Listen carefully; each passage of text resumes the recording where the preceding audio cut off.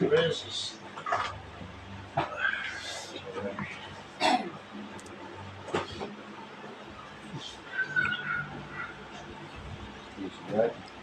Hallelujah.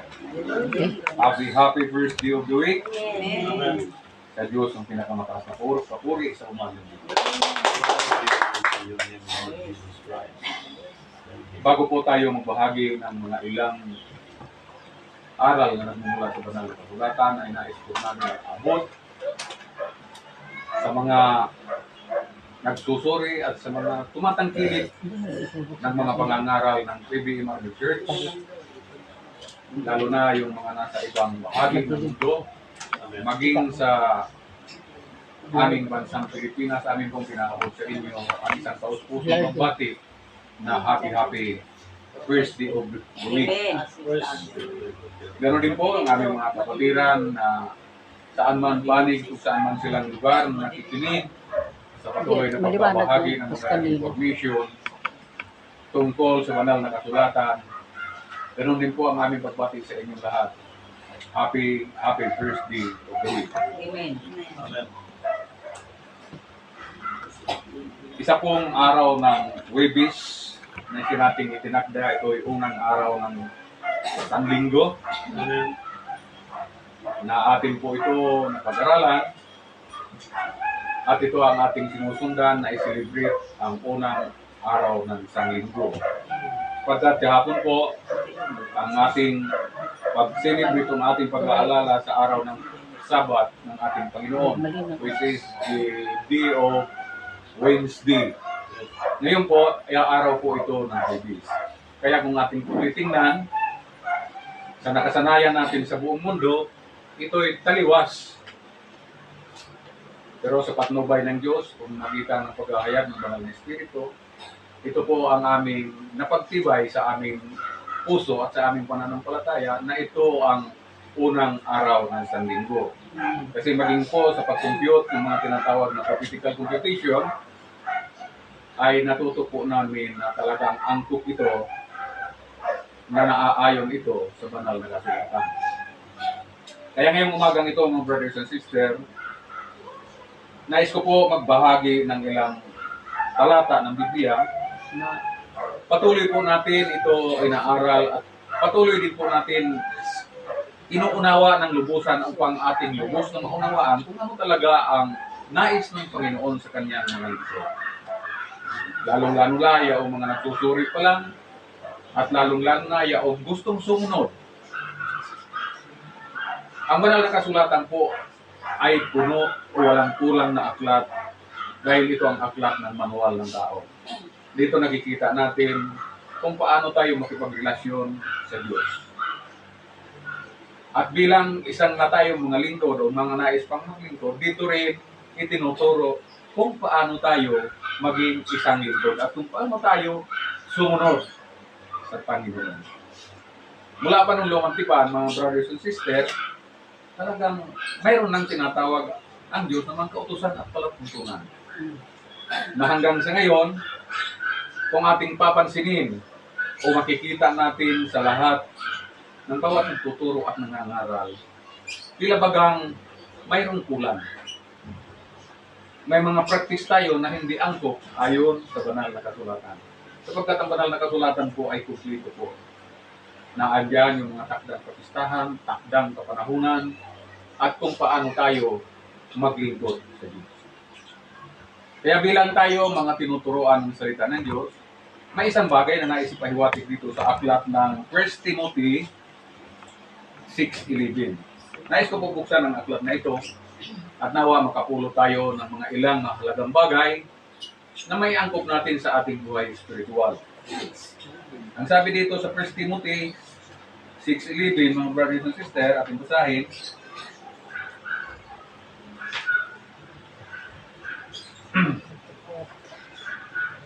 First Timothy chapter 6 verse 11. Gusto ko itaas ng konti para ano natin yung unawa pa. Magsimula tayo sa 9. Datapwat ang mga nagsisipag-nasang yumaman ay nangahuhulog sa tukso at sa silo sa maraming pitang hangal at magkakasama. Ay siyang naglulubog sa mga tao ng kapangmakan at kamatayan. Sa verse 10, sabi dito, sapagkat ang pag-ibig sa salapi ay ugat ng lahat ng uri ng kasamaan. Na siyang pagnanasa ng iba ay nangasinsay sa pagnanampalataya at tinuhog ang kanilang sarili ng maraming kalumbayan. Verse 11, datapwat ikaw, o tao ng Diyos, tumakas ka sa mga bagay na ito at sumunod ka sa katuwiran. Una dito, sa kabanalan, sa pananampalataya, sa pag-ibig at sa pagtitiis, sa kaamuhan. So dito, kung titingnan natin ang diniin dito sa aklat ng ating binasa, ang sabi dito, datapwat ikaw o tao ng Diyos. Pag sinabing tao ng Diyos, aral po, ayan, tinuruang lubos. Ang ayon sa mga nabasa natin sa itaas, mayroon pinaiiwasan ang pag-ibig sa salapi. Ang pag-ibig sa kayamanan. Amen? Kaya dito, sabi dito, lahat ng uri ng kasamaan na nagsispamnasa na nagsinsay sa pananampalataya ay tinuhog ang kanilang sarili ng maraming kalumbayan. Hindi po ibang tao ang nagpahamak sa sarili ng taong ganito, kundi mismo ang sarili niya. Napakaliwanag po eh. Tinuhog ang kanilang sarili ng maraming kalumbayan.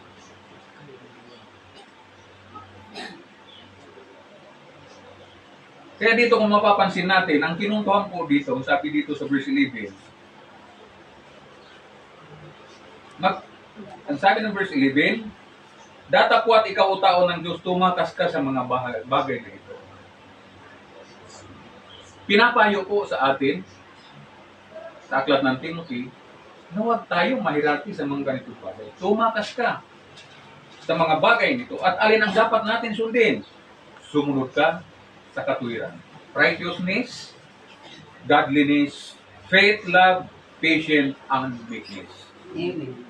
Amen? Kaya mapapansin natin, sa talatang sabi dito, o tao ng Diyos.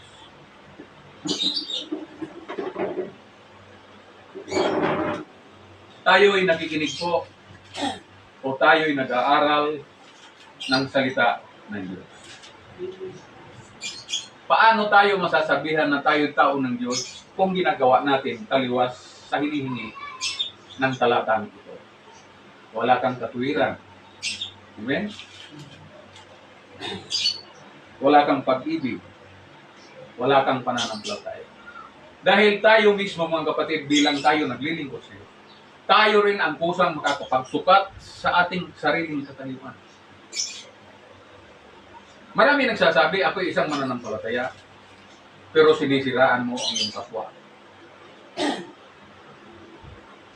Maraming nagsasabi, hindi ako sakit, pero hindi ka makapagbigay ng mabuting bagay sa iyong kapwa.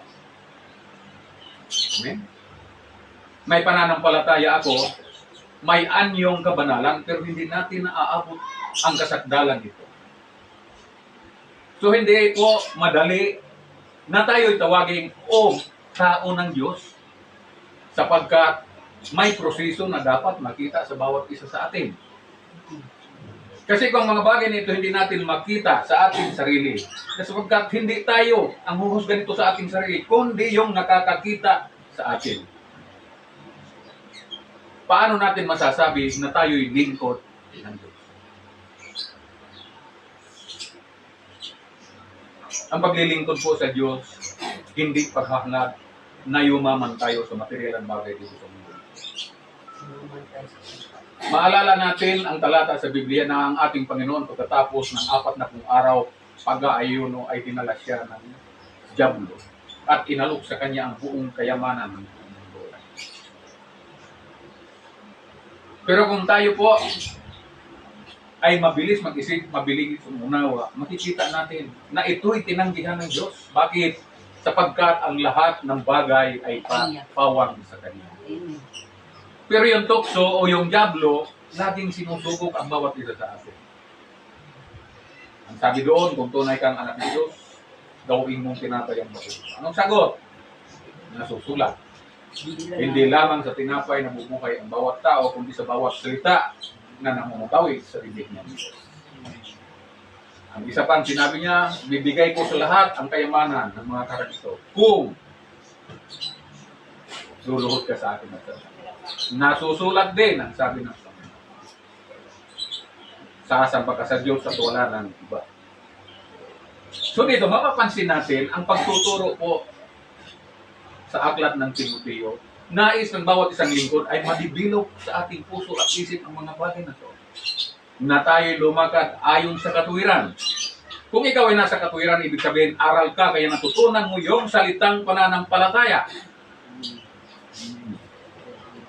May kamuan, may kabanalan. Hindi po ang ating bihis, mga damit, ang nagpapatingkad para masabi ang isang tao ay banal. Kundi ang ating ganap na pag-uugali. Mahirap baguhin ang pagkatao natin, pero kung nandoon ang salita ng Diyos, binibitbit mo, kinikimkim mo siyang puso, siya ang unti-unti magbubuwag sa dati nating masasamang ugali upang i-adapt mo kung ano ang itinuturong kabutihan ng salita ng Diyos.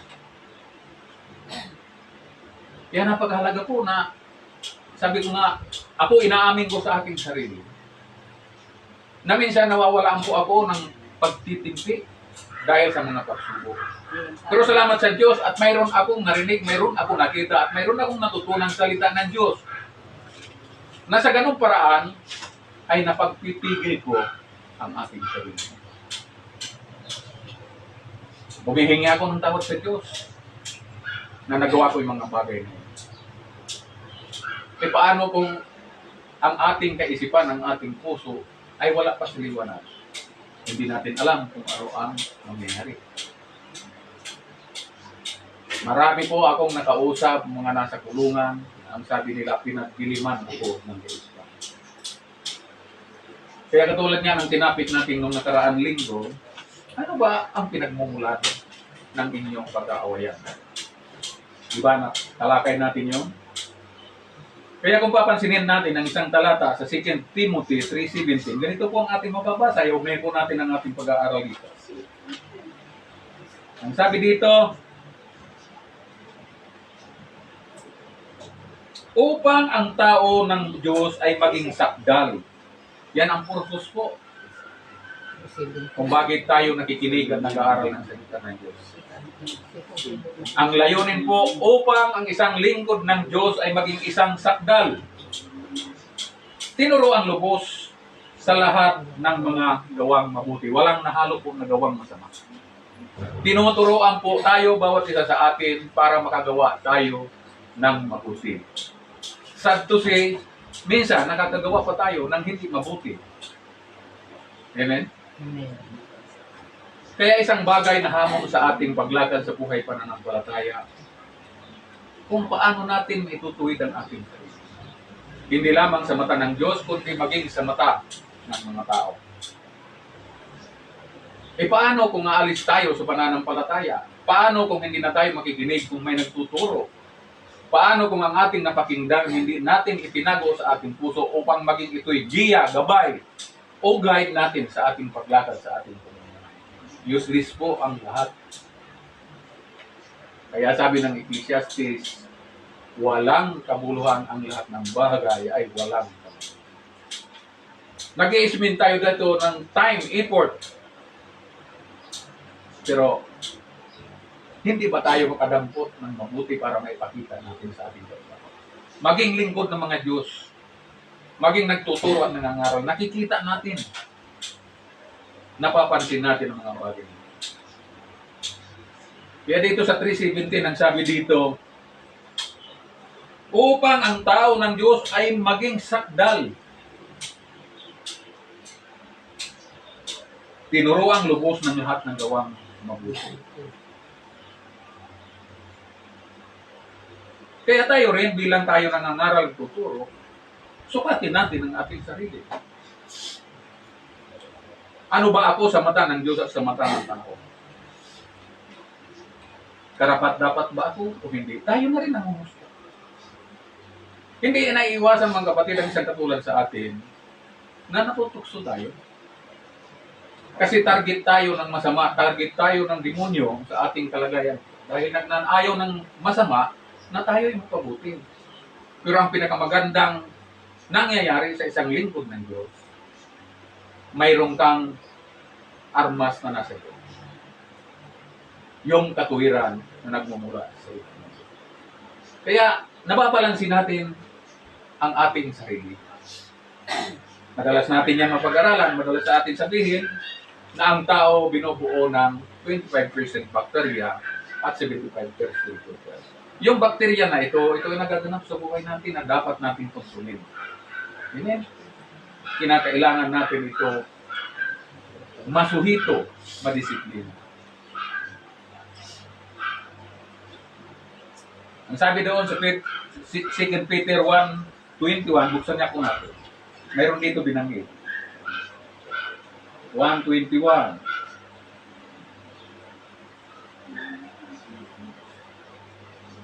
Kasi maraming mga nag-aaral, magsisipag-aral, ginagamit natin ang salita ng Diyos na ganito, ito ang sabi sa akin.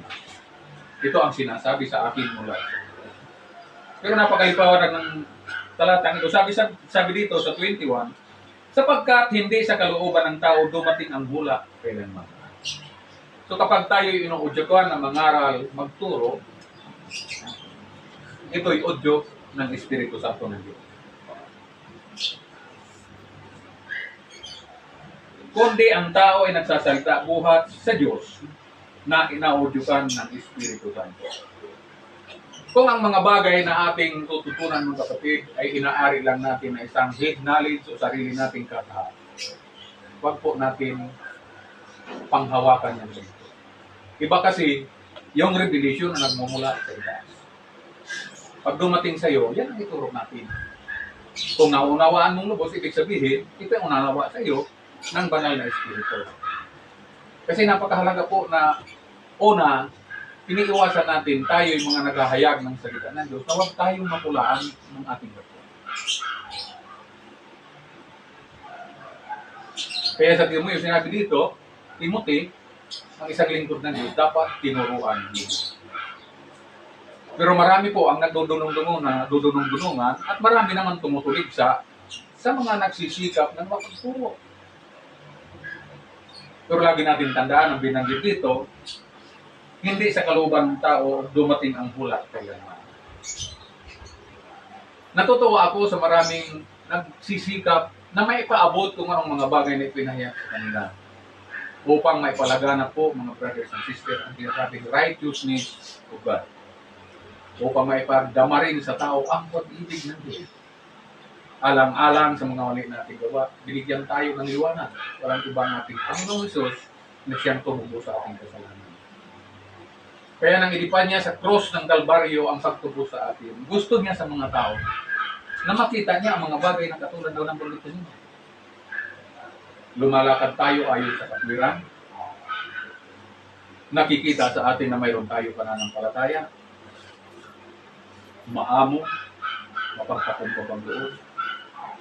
At dito sa huli, tinuruan doon.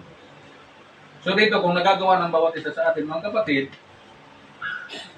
ibig sabihin, dumating sa atin ang kabutihan ng Diyos, hindi sa pamamagitan ng ating kalooban, kundi sa pamamagitan ng Espiritu ng Diyos. Amen. Kaya napakahalaga po na ating mapagtimbang-timbang ang bawat isa. Kasi itong pagsusunod natin sa Diyos, mga kapatid, para sa atin, para sa akin, malaking bagay ito. Pagkat sa katandaan natin ito, sabi ko nga, papasalamat ako na kung kailan ako nasa alas 3 na panahon, doon ako nagkaroon ng hangarin na makasunod sa anumang paraan na kabutihan ng Diyos. So ang mga halimbawang ito dapat natin tularan na hinihingi ng banal na kasulatan. Kaya napapasalamat ako sa umagang ito na binigyan pa rin tayo ng Panginoon Diyos ng kalakasan upang patuloy tayo na makadalo at makakinig ng ganito. May isang verse pa akong ibibigay sa mga kapatid. Nais kong buksan ang 2 Timothy chapter 2 verse 20. Ganito po ang sinasabi dito.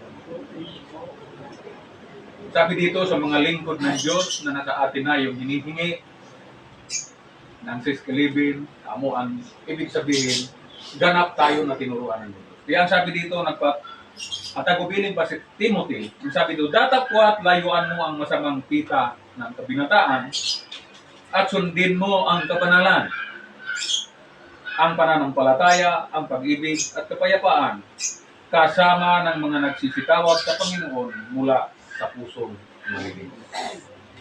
Itong pusong malinis, pag nag-angkin tayo, malinis ang ating puso, nakikita sa pagkatao natin ang mga bagay na nasa itaas.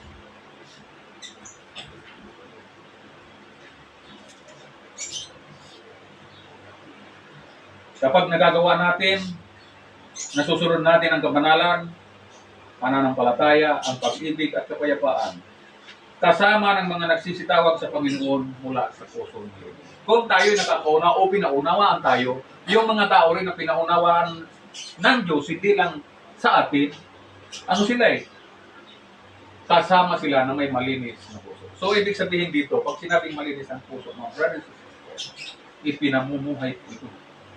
We are implementing it in our lives, hindi lamang sa bunganga natin, kundi gawin natin ito sa ating puso.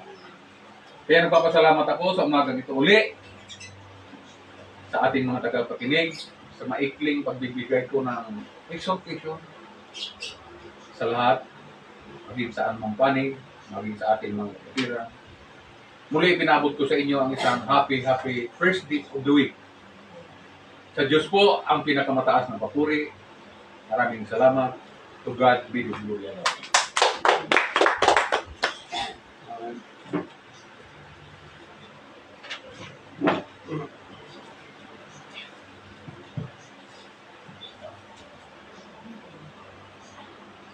Ituloy natin ang pagbabahagi sa salita ng Diyos. Ngayon po kanina sa ating pumanalan, mahalaga yung tao ng Diyos ay maturuan sa bawat gawing mabuti. Sabihin, pag tao ka ng Diyos, ipinakita sa aklat po ng Revelation,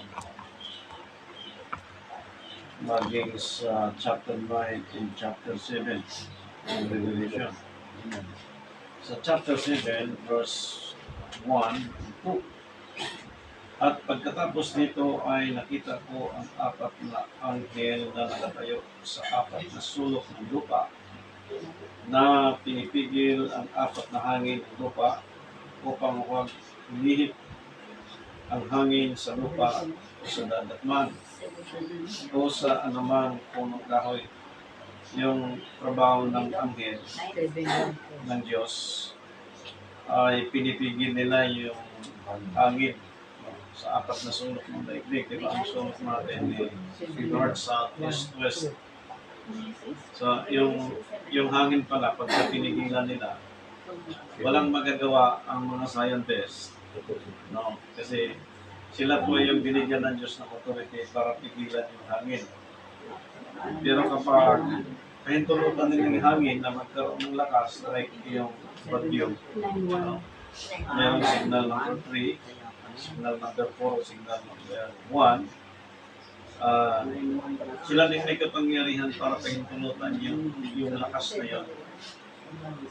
Kaya ang tinitiyak dito na merong mga anghel ng Diyos na nagpigil sa apat na sulok ng daigdig ito. Pwede nilang pigilan, pwede rin hindi nila pigilan. At kapag hindi nila pinigilan, at kung pipigilan nila, kaya nilang gawin. Pagdating ng verse 2, at nakita ko ang ibang anghel na umaakyat mula sa sikatan ng araw sa eastward, na taglay ang tatak ng Diyos na buhay At siya'y sumigaw ng tinig na malakas sa apat na anghel na pinagkalubang maipahamak ang lupa at ang dagat. Sa paliwanag po, ni John de Galabid, yung propita ng Diyos, itong mga anghel na ito ay umakyat hindi sa paglubog ng araw na area, kundi mismo sa sikatan. Yan na pong senaryo.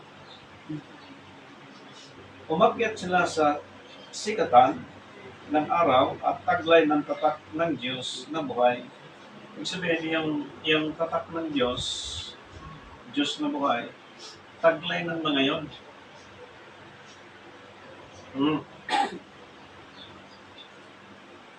Hindi pwede ang mga anghel na umakyat mula sa silanganan na hindi nila taglay ang tatak ng Diyos. Pagdating po sa verse 9, in chapter 9, verse 4, at sinabi sa kanila na huwag ipahamak ang damo. Yan ang instruction ng Diyos.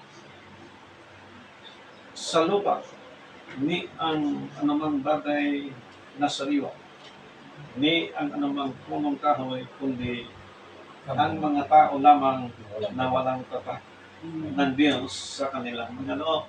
Amen. Yung mga anghel, meron silang tatak mula sa Diyos. Sila ang binigyan ng Diyos ng authority na pigilan ang hangin sa apat na sulok ng daigdig. At ang mga ito, sabi sa scripture kanina, sila'y umahon. Ang mga anghel na ito, umahon sila sa sikatan ng araw. So kung titingnan mo sa sikatan ng araw, eastward, doon magmula yung sikat ng araw. Ibig sabihin yung liwanag, doon magmula sa kanila para sisikatan yung buong daigdig. Pero, ang mga anghel na ito ay may tatak mula sa Diyos. Ibig sabihin, ang mga anghel na ito, sa kanilang noo, nakasulat ang kanilang pangalan sa aklat ng Diyos. So sa time natin as a Christ believers, kiniklaim ng Diyos, ng Biblia, kung paano tinuturuan ng Diyos itong mga tao ng Diyos. Halimbawa po, kung hindi pa alam ng tao ang banal na kasulatan, maaaring nag-aaral pa siya, nagsusuri pa siya. Actually, ang edad po from 30 years old below, hindi pa masyado po bihasa sa Biblia. Minsan yung iba, hindi pa po talaga alam ang Biblia, pero nagsisimba. Meron lang iba, mga pastor na rin, nagtuturo na rin, meron na rin 5 years, 10 years, 15 years sa ministry, marami na rin alam. And they are claiming na sila ay tao ng Diyos. Ano ngayon ang binigay ni Apostol Pablo doon sa mga tao ng Diyos? Kasi mayroon siyang instruction doon sa mga tao ng Diyos. If we talk salvation and redemption, itong mga tao ng Diyos, tinuturuan ni Apostol Pablo kung anong dapat nilang gawin. Kasi po, ang mga tao ng Diyos talagang hindi na pwedeng makicompromise sapagkat base sa binasa ng ating pastor kanina, na ang tao ng Diyos tinuturuan paano magpakumbaba, diba, binasa kayo na isa-isa ng ating pastor. Ngunit, ang sabi din ay Apostol Pablo sa 2 Timothy chapter 3 verse 17, upang ang tao ng Diyos ay maging sakdal. Diba, binasa kanina yun. Pag ang tao ng Diyos, ang kanyang pangalan nakasulat sa aklat ng buhay, pag tinuruan siya, dapat maging sakdal siya. Magsisikap siya maging sakdal. Magsisikap siya may sabuhay ng kasalita ng Diyos. Okay? Magsisikap siya sa paglilingkod sa Panginoon, magsisikap siya. Pagbabasa sa Biblia, magsisikap siya. Kailangan mapatunayan niya ang aral ng Diyos talagang ipinamuhay niya. Pagsisikapan niya yun. Okay? Sunod, tinuro ang lubos sa lahat ng magagawang mabuti. So, in how many millions of under the law and ordinance of God, kailangan po yung lahat ng ito ituturo ng Diyos sa atin. Yan ang tanong, bakit hindi natin magagawa? At mayroong mga hindi gumagawa dito. Hindi kaya po ang mga ito hindi nakasulat sa aklat ng buhay. Kasi po, pagka nakasulat ang kanilang pangalan sa aklat ng buhay, gaganap sila sa instruction ng Diyos, katulad ng apat na anghel. Kung ano instruction ng Diyos sa kanila, susundin nila yun. Pag pinigilan nila yung hangin, kaya na pigilan. Pag hindi nila pipigilan ng hangin, kaya nila gawin. Amen. Amen. Pero yung mga anghel na ito ay may mga tatak mula sa Diyos. Ang ibig ng tatak, ang kanilang pangalan nakasulat sa aklat ng buhay, na nakasulat sa kanilang buhok. Ibig sabihin, iniingatan nito yung mga apat na anghel na ito, mga lingkod ng Diyos, mga banal ito actually, na doon sa binigay ng Diyos sa kanilang authority sa daigdig na ito, kung anong inuutos sa kanila ng Diyos, kanila itong ginagawa. So sa time natin, bilang tao ng Diyos, tinuruan ka sa sakdal. Ibig sabihin, hindi ka na pwedeng gumawa ng salita na walang sakdalan. Hindi ka na pwedeng mag-react ng mga reaction na hindi nagbibigay ng kasakdalan. Hindi ka na rin pwedeng magbibigay ng opinion na hindi nagbibigay ng kasakdalan. Why? Sapagkat ikaw ay tao ng Diyos. Ngayon, sa time ni Moises, ito itong ginawa niya. Na? Ipinakita po dito ang kahalagahan sa pag-aaral na, ito po ang sabi ni Moises dito sa Tagalog Bible. At ito ang basbas na ibinabasbas ni Moises, tao ng Diyos, Deuteronomy. sa mga anak ni Israel bago siya namatay. Deuteronomy chapter 33 verse 1. Deuteronomy Tignan nyo 33. yung pagiging Verse elder Verse 1, 33, verse 1. ni Propeta Moises, bago siya namatay, binasbas ngayon ng tao ng Diyos doon sa sino ng tao na yung basbas mula sa Diyos at sa lingkod ng Diyos. So, ang basbas mula sa isang tao, mula sa lingkod ng Diyos, ibig sabihin, bago namatay, ang tao, yung basbas na ibabasbas niya noon sa minor age, mag-apprehend sa kanya yung tinanggap niyang basbas mula sa Diyos. Na yung tinanggap niyang basbas mula sa Diyos, pag iiwan niya ngayon sa next generation, mag-apprehend yung basbas na yun. Amen. So, kung ang taong yun ay tao ng Diyos, tinuruan siya ng mabuti sa lahat ng bagay, yun din ang kanyang ibabasbas doon sa next generation. At ngayon, ipinakita po dito, maging sa panahon niyo, tingnan nyo ha, mapakinabangan ba ang tao ng Diyos? Question mark ha? Sapagkat kanila, ang tao ng Diyos tinuturuan sa bawat gawang mabuti. Yung kasakdalan, tinuturo mo yan. Tanong, mapakinabangan ba ang tao ng Diyos? Tunay na siyang pantas ay nakikinabang sa kanyang sarili. Ngayon, ang lingkod ng Diyos, if we talk local, international, in terms of advising, encouraging, na nagsigawa sa kalooban ng Diyos, mahalaga ang tao ng Diyos. Importante ang tao ng Diyos. Sapagkat ang tao ng Diyos ay tinuruan sa gawang mabuti. Ibig sabihin, pag ikaw ay nakilalang tao ng Diyos, hindi ka na pwedeng magsasalita against your neighbor, against your friends, against your brothers and sisters in Christ, sapagkat tao ka ng Diyos, tinuruan ka ng kasakdalan ayon sa salita ng Diyos. At kapag ang tao ng Diyos, nagsalita siya against anyone, anybody, or any brothers and sisters in Christ, sa makatuwid, hindi nakasulat sa kanyang noo ang tatak ng Diyos. Wala sa kanya at hindi siya binigyan ng full authority ng Diyos, like the angel, na sila'y umakyat sa silangan at kaya nilang pigilan iyong hangin sa apat na sulok ng daigdig na ito. So, sometimes in our time, if we talk kingdom, if we talk judgment, if we talk last days, power, destroying, wrath of God, kapag penetrate sa pulpit sa time natin ng isang tao, ng isang lingkod ng Diyos, na meron siyang tatak sa kanyang loob na mula sa Diyos, there is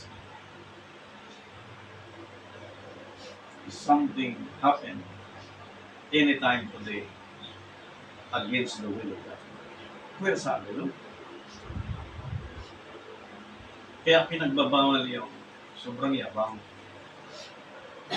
Pinagbabawal yung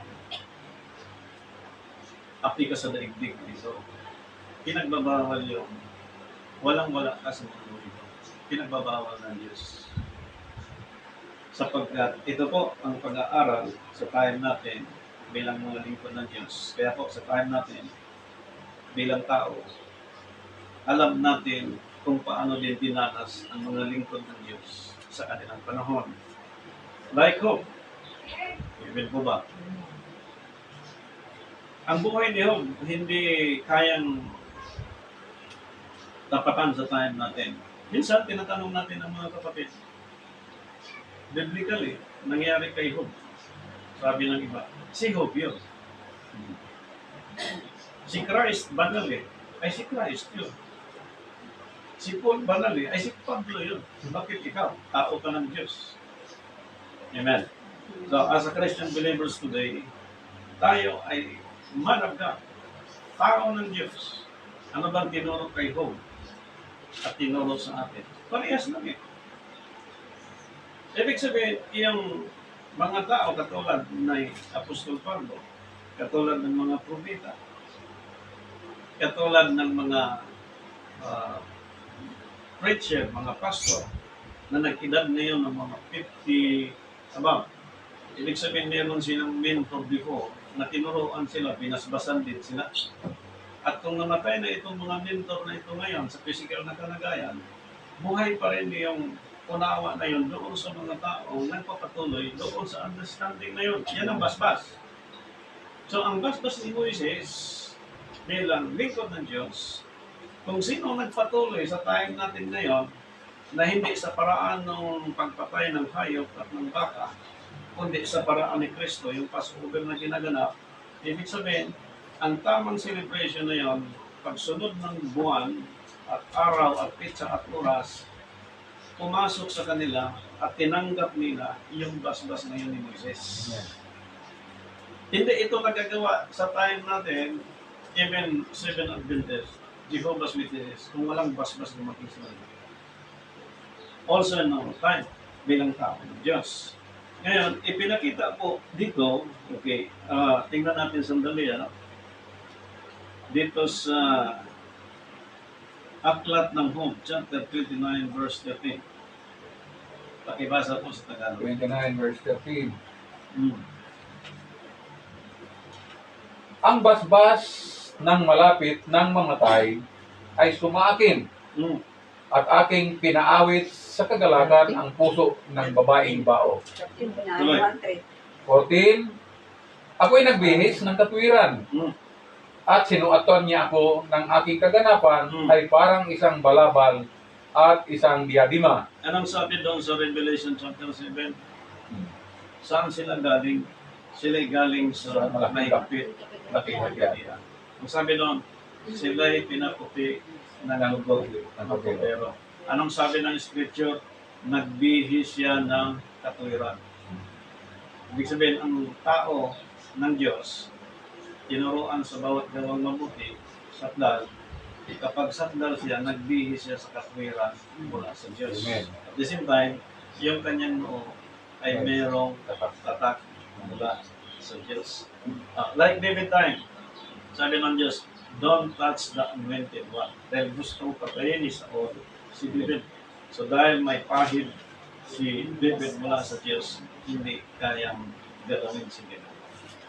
Sa time natin, in any leaders, pastors, and bishops, secured, protected ang lingkod ng Diyos sa time natin.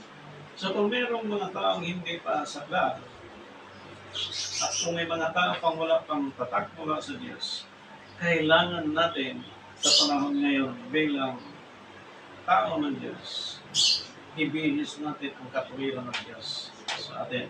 Amen. Like hope. Kaya ito ang sinabi ni Apostol Pablo sa mga tao ng Diyos na dapat nating gawin. Sabi niya sa Acts chapter 2 verse 40, Acts 2:40. at sa iba pang maraming salita ay nagpatotoo siya at nangaral sa kanila na sinasabi, magsiligtas kayo sa litong lahing ito. Ayan na. Praise the Lord. Kaya sa mga pastors and bishop, kapag mayroon silang lahi, may mga kamag-anak, tayo, mga lingkod ng Diyos, dapat maging ehemplo doon sa ating mga lahi. Na kung may mga lahi tayo na hindi angkop ang paglilingkod sa Diyos, ba isisip natin ating sarili. Hindi tayo pwedeng mga tuwira na walang kinagisnan yung mga tao na ating susundan. Kinakailangan alaman natin ang ating lahi kung anong mga paniniwala.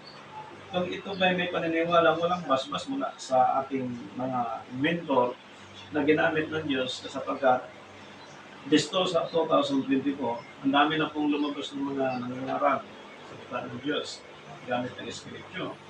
So kung may mga preacher ngayon sa TV, sa YouTube, sa television, sa FB, malamang binasbasan din po sila ng mga mentor nila para ipagpatuloy nila ang aral ng Diyos sa time natin.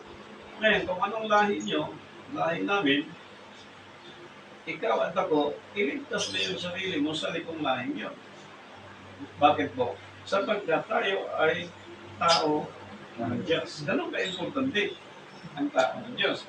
Kaya ang ginawa doon sa tayong ni Job, sabi ng asawa niya, Job, sumpa mo na yung Diyos. Para matay ka na. O, diba? Ganyan sabi niya. Di sabi ni Job, ang lagay pa purihan mo lang ang Diyos kapag sagana. Habang si Job nagsuffer sa kanyang sakit na inuod ang kanyang katawan, nag-i-enjoy siya yung uod, kinukuha pag nahulog, nalagay sa hindi niya pinapagpag tayo ngayon, dakuhan ka na ng lamok. Kapakot na warawala mo sa electric para pamatay yung lamok. Kawawa naman yung lamok. Wala man ang trabaho. Magpauso ka pa ng katol para itaboy mo yung lamok kasi ayaw mo kagat ng lamok. Oh. Alala ko Mr. Marley noon, talagang nabayog siya. Kasi ayaw kagat ng lamok Kasi ano yung balat niya Oh. Ngayon si Job, nilalagay niya. Hanggat nagsawa yung uod. And after how many days, sa buhay ni Job, lahat ng nawala kay Job, binalik sa kanya. In our time, as the heirs of all things, nagkiklaim tayo na tayo tagapagmana. Sa lahat ng Christian, bilang mga bihi ni Abraham. Pero, ingatan natin, kung tayo tao ng Diyos, huwag mawala sa atin ang pag-ibig sa klaro. Magsalita ka, may pag-ibig. Magsalita ka, hindi laban sa isang tao. Magsalita ka, hindi pananakit sa iyong kapwa. Pero kapag merong nagsalita sa time ng ganon, hindi pa nakakalas yun sa likong lahi niya. At the same time, walang tatak mula sa Diyos. So, anong gagawin mo doon? Walang authority yun. Walang power mula sa Diyos. Actually, sa time natin as human, nagkakamali tayo. Nagkakasala tayo. Diba po? At yung pagkakamali at pagkakasala na yan, hindi rin pwedeng maging excuses sa pagkat. At sinabing tao ng Diyos, tinuturuan siya sa bawat mabuting gawa. Ay lalo na kung 5 years ka na. Amen? 10 years ka na naglilingkod sa Panginoon. Tapos, bumalik ka sa sanlibutan. Hindi ka na nagsisimba. Minsan, pagka ina-evangelize ka, sabi mo, dati din akong born again O ba't din patuloy? Kasi, yung pastor namin doon, yung ano namin doon, yung sister, yung brother namin doon, sabi ko, ano nangyari? Tumitingin kasi ako pastor sa tao. No? Tumitingin ka sa tao, bakit ano nangyari?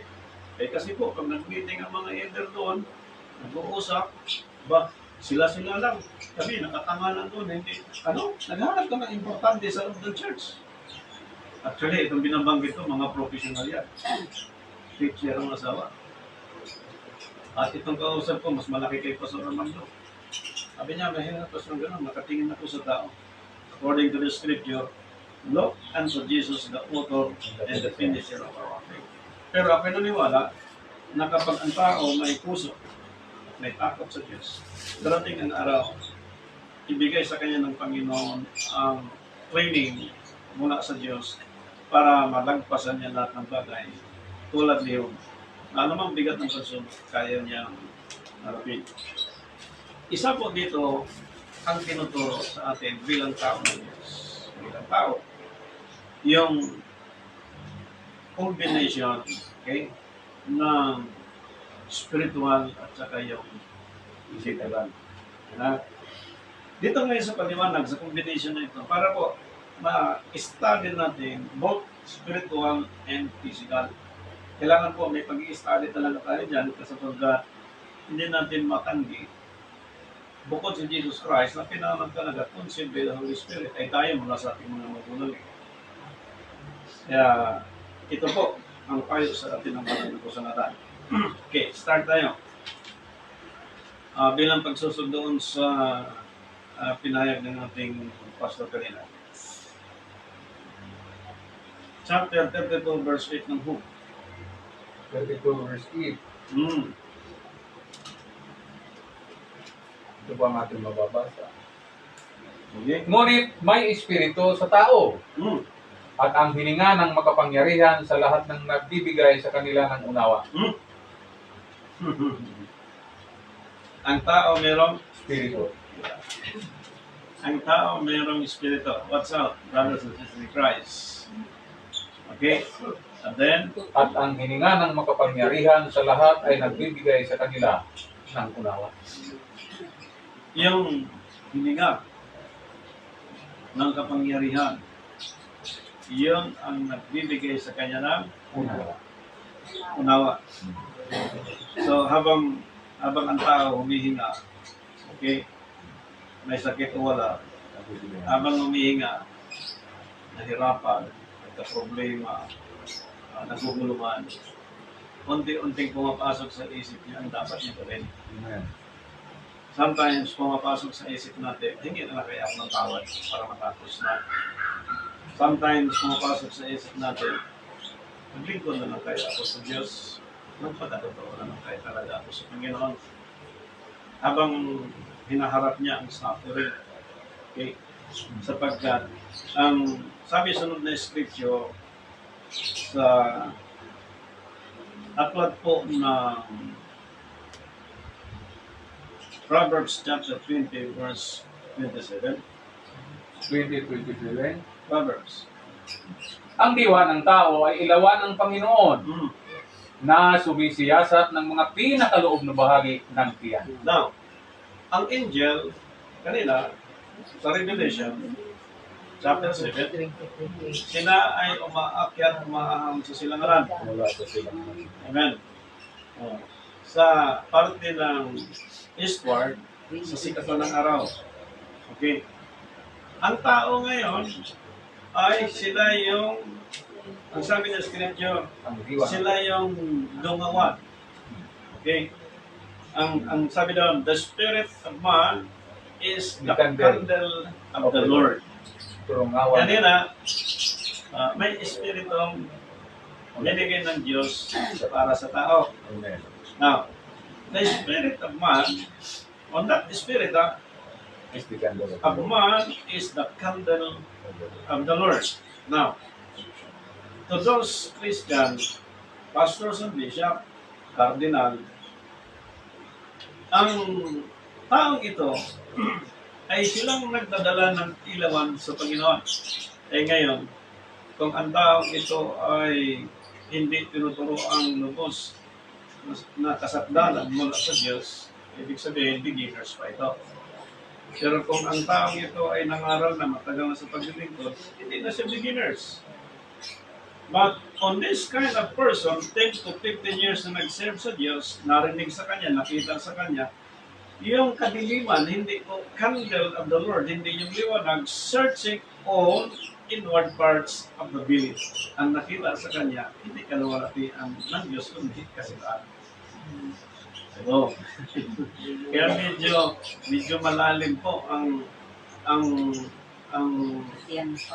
kakaibahan sa panahon natin, why we have so many independent churches in our time, na kahit anong location, bahay at lupa, katanggihan mo talaga sapagkat ang hinahabol natin bilang tao ng Diyos, yung tuturuan talaga tayo kung paano tayo masakda sa Panginoon. Hindi yan by group.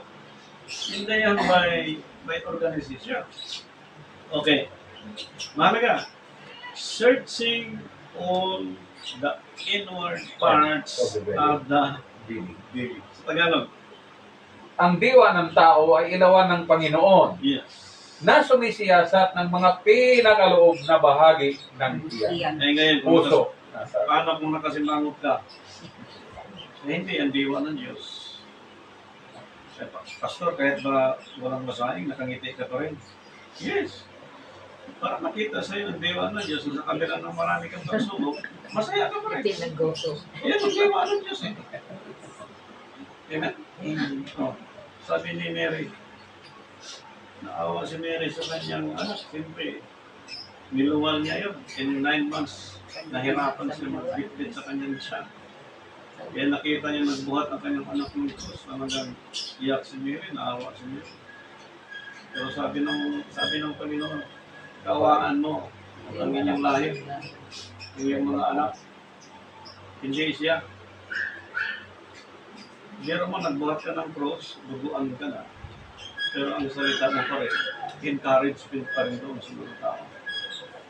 Sa time natin, hindi lang naman ako ang may pagsubok, lahat tayo. Amen. And almost 95% Christian sa buong daigdig. Lahat tayo mayroong pagsubok. Ingatan mo lang na makita sa iyong mukha na hindi ka naapektuhan sa sitwasyon ng daigdig na ito. Although, mayroon talagang pagsubok sa buhay, hindi nawawala yan. But, must be still steadfast na ang diwa ng Diyos makita sa atin that you are strong in God. That you have a kind of spiritual strength as a human being. Ang Espiritu ng Diyos mahayag sa mga lingkod ng Panginoon. Even if any situations come, involve ang spiritual, material, anumang bagay, kailangan ang diwa ng Diyos makita sa atin. The way that you can go to any place, the way you decide, the way you plan, lahat ng klaseng bagay sa ibabaw ng daigdig.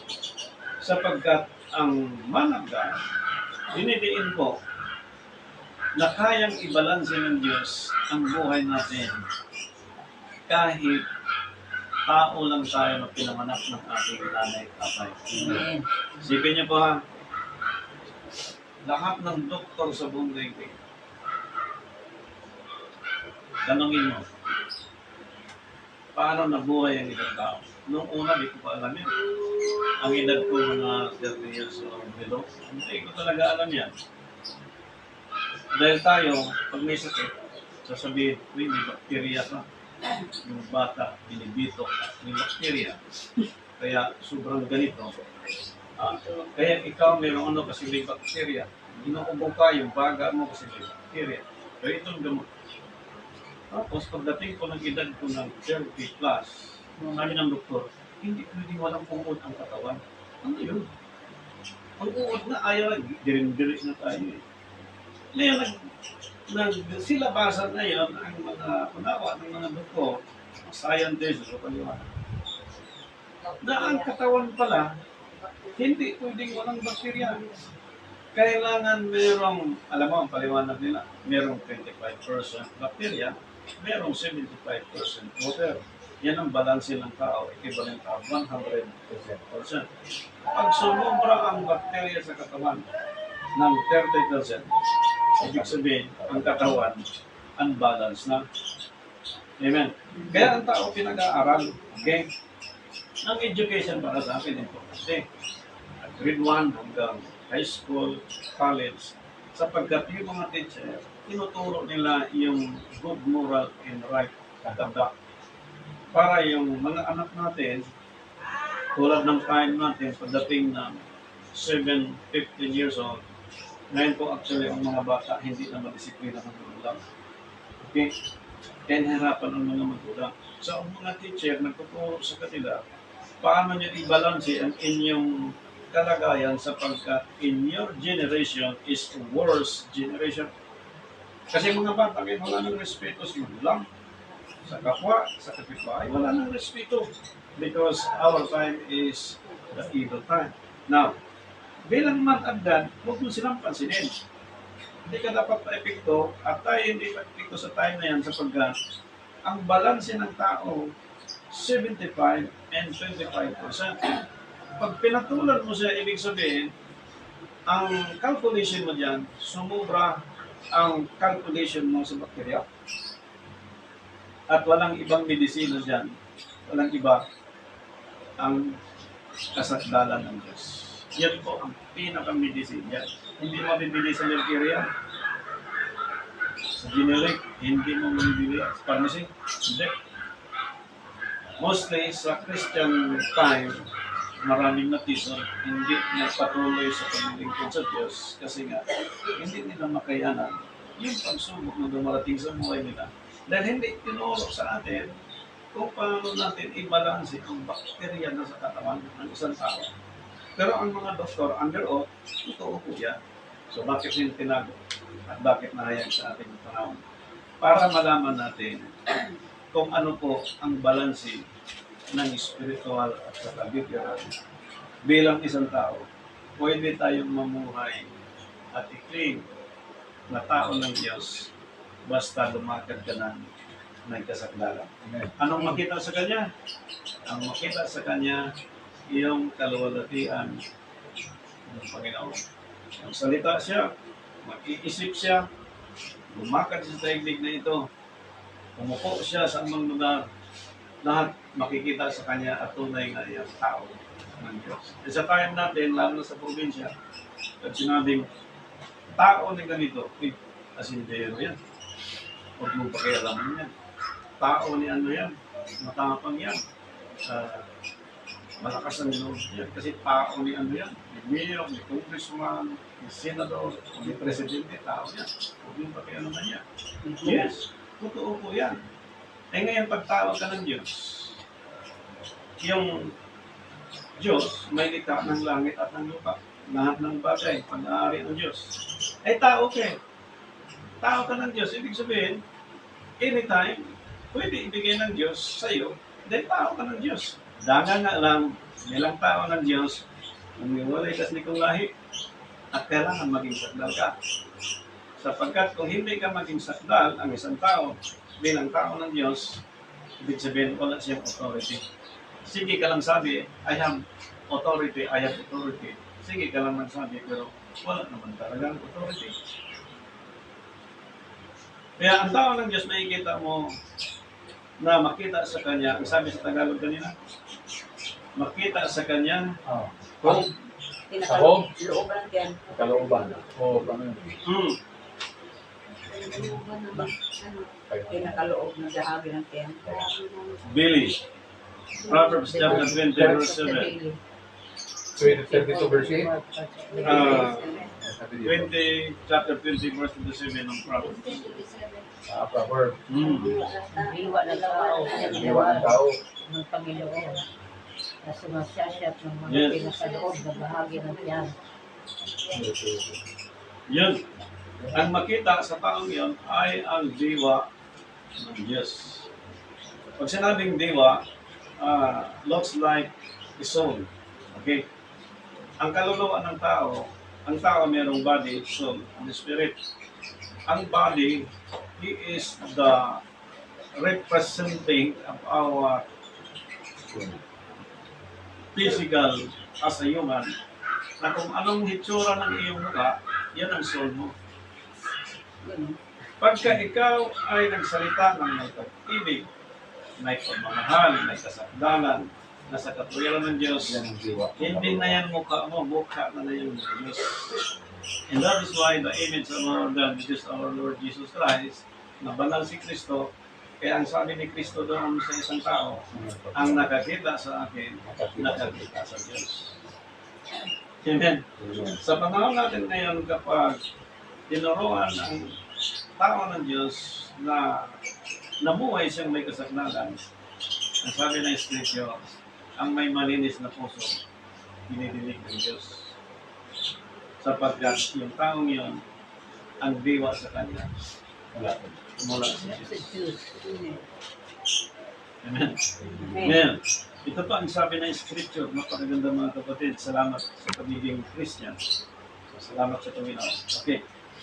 Merong binanggit dito sa Ecclesiastes chapter 3 verse 21. Verse 21. Ito po ang ating Ecclesiastes 5. sa English. Mm.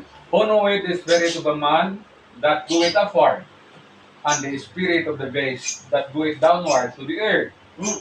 Sa Tagalog, sinong nakakaalam ng diwa ng tao kung mapapailan lang, Mm. at ang diwa ng hayop kung mapapaibaba sa lupa? So may binanggit si Paul, Philippians chapter 2, kung napansin niyo po, verse 9 and 10. Philippians All 2, they shall bow, heaven, earth, and under under the earth. the earth. Tingnan niyo po sa mga tao ng Diyos kung saan po ang design nila, mga kapatid. Ang design nila, binanggit na binasa kina ni Pastor Armando. Nais ko lang ulitin po, no? In chapter 3, verse 21. Okay. Sinong nakakaalam ng diwa ng tao kung napailan lang? So parang sa English kasi, binanggit dito, spirit of man that goeth upward. Pailan lang. Yan na, ganyan. Sinong nakakaalam? Kaya po, pagdating sa aral ko ng namatay ng isang tao, yung kaluluwa, pagka sinabing pailan lang, alam mo, ang kaluluwa ay walang pahinga. Alam mo yung condemned soul, wala siyang pahinga. Samantala, sinabi ng Scripture, ang katawan ibigay kay Satanas, ang kaluluwa, ang espiritu sa Diyos. Pero pag nagpakilang lang, hindi niya malaman kung saan siya maglalanding. Spiritong dala. Okay? Spirit. Ang tawag sa amin yan, yung Lagarag. Kontinado. nagalag kondinado. Kaya minsan po, taka kami namatay ng isang tao ngayon, doon sa Baguio, nakita daw niya yung taong yun, samantala, patay na. Kondinadong kaluluwa yun. Ang tanong, sinong nakakaalam dito? Alis lang. Okay. Sabi dito, sinong nakakaalam ng diwa ng tao kung napailan lang at ng diwa ng hayop kung napaibaba sa lupa? Kasi mostly alam natin, pag nilibing, ano na yung tao? Kaya tayo parang tumano na ng sahukay kasi naisip ko nandoon na talaga siya eh. Pero sinong nakakaalam ng kaluluwa niya kung punta ba sa Diyos kung mapailan lang ang kanyang kaluluwa? Sinong nakakaalam? Ngayon, kung ang tao tinuturuan ng kasakdalan bilang tao ng Diyos at may tatak siya mula sa Diyos, alam mo kaagad na yung tao na yun, yung kaluluwa na yun, papuntang eternal life. Amen? Kaya habang tayong nabubuhay ngayon, titiyakin natin na yung katawan natin, pag bumalik sa likabok, titiyakin natin kung saan papunta ang ating spirito, spirit and soul. Dahil pagka ano ang kanang religion at hindi siya tinuturuan ng kasakdalan at wala siyang tatak sa kanyang noo, ang sabi ng scripture kanina, ang wawasakin ng Diyos, yung walang tatak sa kanyang noo. Yung may tatak sa kanilang noo, yun ang iingatan ng Diyos. Ngayon, sa time natin, ipinakita ko ang kalagahan dito na kung paano po ang tinatawag na spiritual being sa time natin na maging balanse tayo sa time ngayon kung paano. Yan na hindi ko actually ang doctrine pag namatay ang isang tao, pagkabuhay niya, sa kaharap siya sa hukuman ng Diyos. Actually, ang spiritual interpretation po dyan, kapag pwede tayong mamuhay na banal, na bagamat hindi tayo pinanganak tulad ni Jesus Christ, pero pwede tayong mamuhay tulad sa buhay ni Kristo if we live the Word of God. Amen. Yun po si Kristo dyan. Kaya hindi pwedeng hindi tayo magbasa ng Scripture. Ngayon, ipinakita po sa Biblia, tulad ng binasa natin kanina, ang linaw po, mga kapatid, in chapter 12, verse 7. Pastor, pakibasa. Ano po? Ecclesiastes. Ecclesiastes Sa 12 naman po tayo. verse 7. Amen. Ito po ang ating mababasa. 7. Verse 7. At ang alabok ay nauuwi sa lupa, Yun. gaya ng una. Yes. At ang dewa ay nagbabalik sa Diyos, nagbigay sa Kanya. Oh. Linaw yun. Therefore, ang tao ng Diyos, obligado siyang magpaturo sa araw ng Diyos upang pag-isakdal siya. Therefore, ang tao ng Diyos, lalayo sa salitong lahi. Okay? Kaya yung, nalala ko yung ating sister, pag dugo-dugo, wala na yan. Hindi na pwede pong mga ganun. Labas ka na dyan sa lahi yan. Okay? Ngayon, isosyon natin ang ating sarili sa tulong ng Diyos na tayo ay may tatak mula sa Panginoon na kapag ang katawan babalik sa alikabok, tiyak ka na ang iyong kaluluwa ay babalik sa Diyos. Amen. Amen. Tinawa, nung si Kristo namatay para tayo tumusin sa ating mga kasalanan, 3 days and 3 nights. As in, walang nakita na larawan ng Panginoon. 3 days and 3 nights. Ngayon, nung nagdalakan ang sa Imao, sila si Pedro at sila si Juan. Di ba? Tama. Di ba si Juan? yung nagdalakan sila sa si Cleopas sa Saan papuntang Maus? Imaos yun.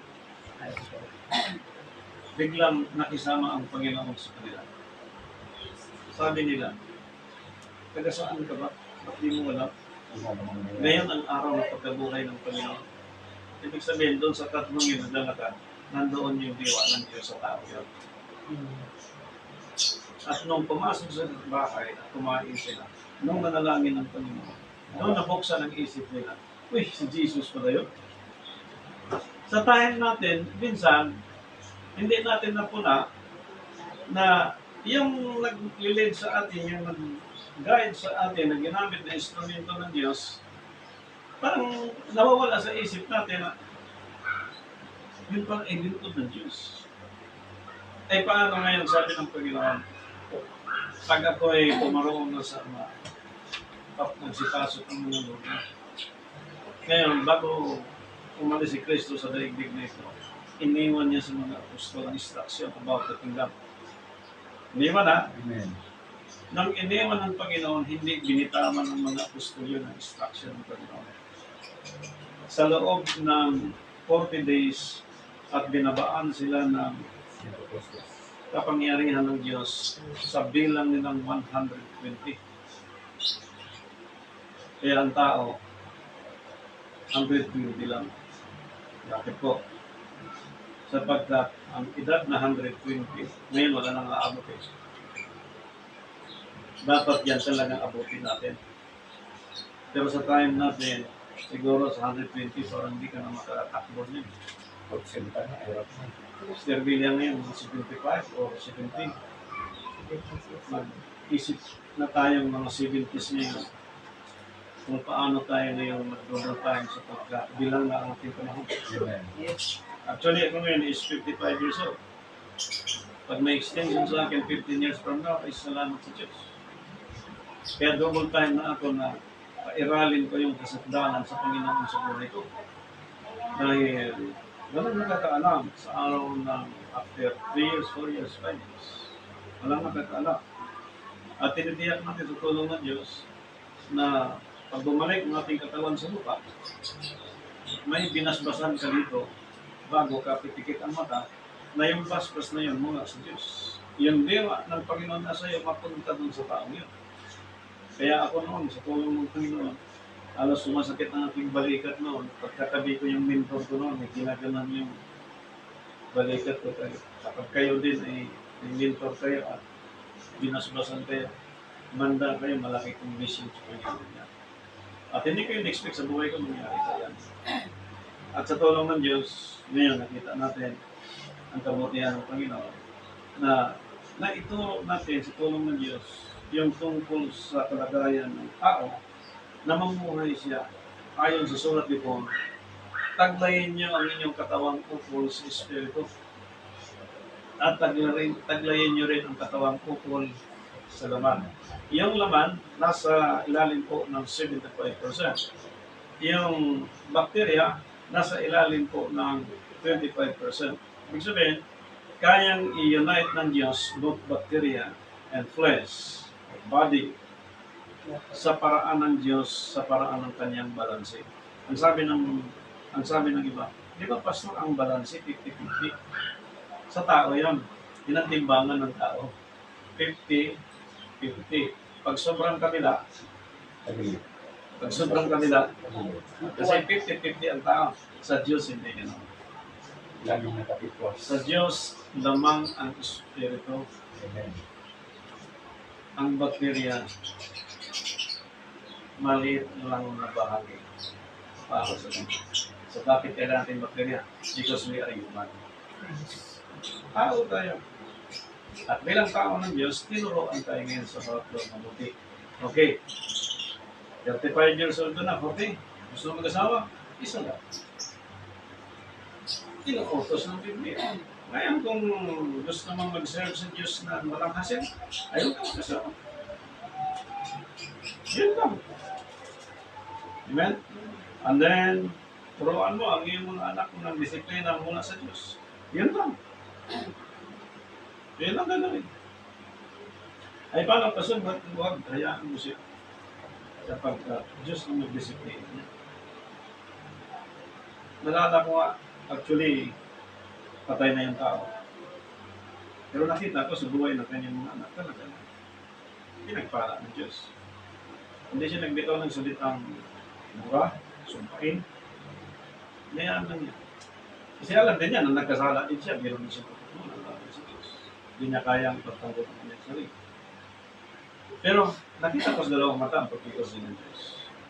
So, naging maingat siya sa kanyang tayo, sa ating bibig, sa ating mga sinasabi. Na baka may sinabi na tayong parang sumpa na doon sa isang bata. Hindi na natin maawat yun. Kasi kailangan ang basbas ng mga lingkod ng Diyos, like Moises, ipagpatuloy yung binigay ng Diyos sa kanya. Na makita natin, like Moises, yung diwa ng Diyos, at makita din sa atin yung diwa ng Diyos sa kain natin. Kaya yung basbas, importante po yun. Kung pwede nga lang, manahimik ka na. Kung pwede, huwag ka na magsalita. Kung pwede, hindi ka na pwede mag-react ng pang salita kasi tao na tayo ng Diyos. Kapag tao siya ng Diyos, ang instruction ng Diyos, yan ang sinusundan natin. Yan ang instruction ng Diyos. Pag sinampal ka, bigay mo yung kaniwa. Huwag kang manampal ulit. Tao ka ng Diyos yan, wala kang kapangyarihan tao kumanti. Amen? Okay. We have a barangay, we have a police, we have BI, we have any armed forces of the police. Meron tayo. Ilan na ba ang ating soldier? 7,000? 10,000? 15,000? Ay sa Diyos po mga kapatid, millions of angels will guide us and protect us to secure your life in this world that you are safe in favor of God. Dahil tao ka na Diyos. Amen. Amen. Okay. Another one.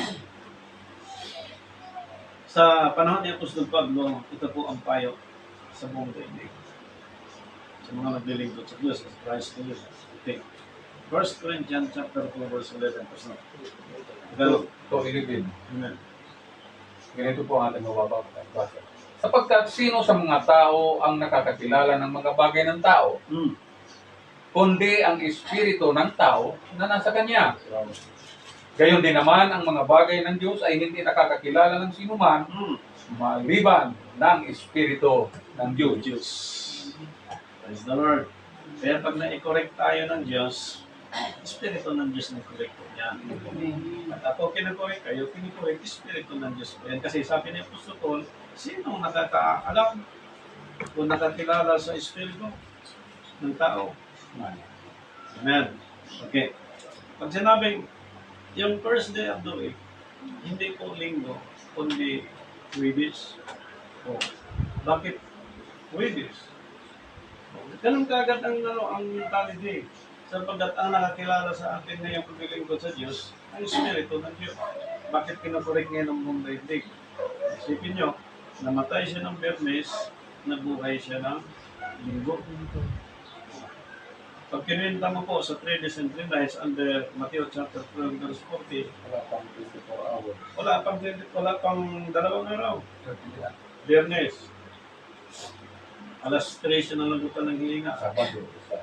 Pag kinabukasan po, alas 3 ng Sabado, isang araw. 24 hours pa lang. Pag kinabukasan ng Linggo, madaling araw, nabuhay na siya. Wala pa nga isang kalating araw. 1.5 days ko lang. Halos. So, paano mo masabi na 3 days and 3 nights? Okay.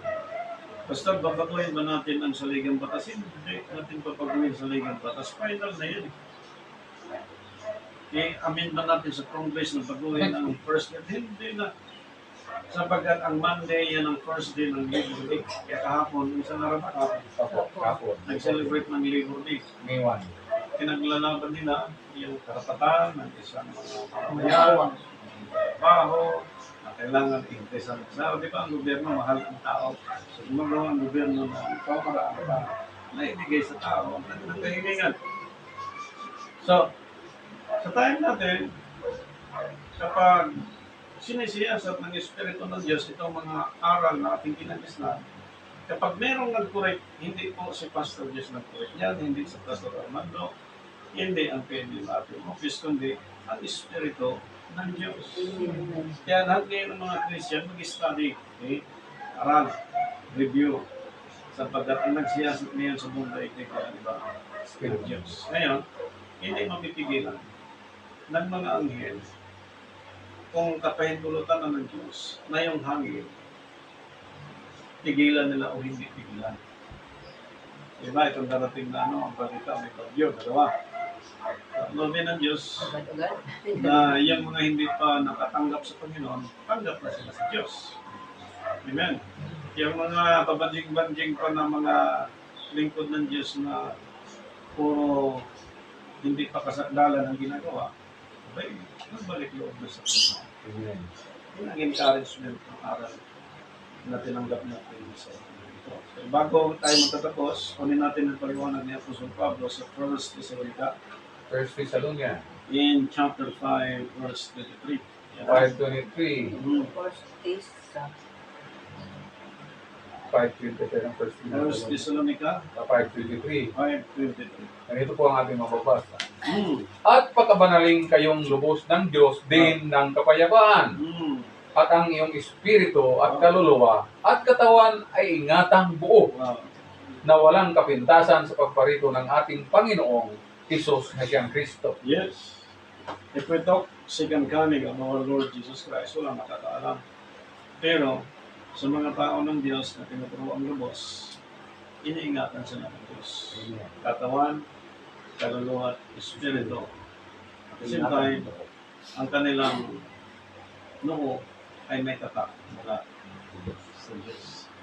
At sinabi nila, ikaw masamang espiritu ng galit at tumat, lumayas ka sa pangalan ni Kristo. Ano kayang gagawin ng espiritu nito? Ayos yun. Ikaw sakit, cancer, sakit sa atay, sa diabetes, sa loob ng katawan, dugo, baga, sakit sa buto. Sa pangalan ni Kristo, lumayas ka at huwag ka nang manahan sa katawang templo ng Diyos, tahanan ng Espiritu. Yan ang may mga authority. ay ikutin ko sa Pag sinabi ng mga may authority. Amen? Amen.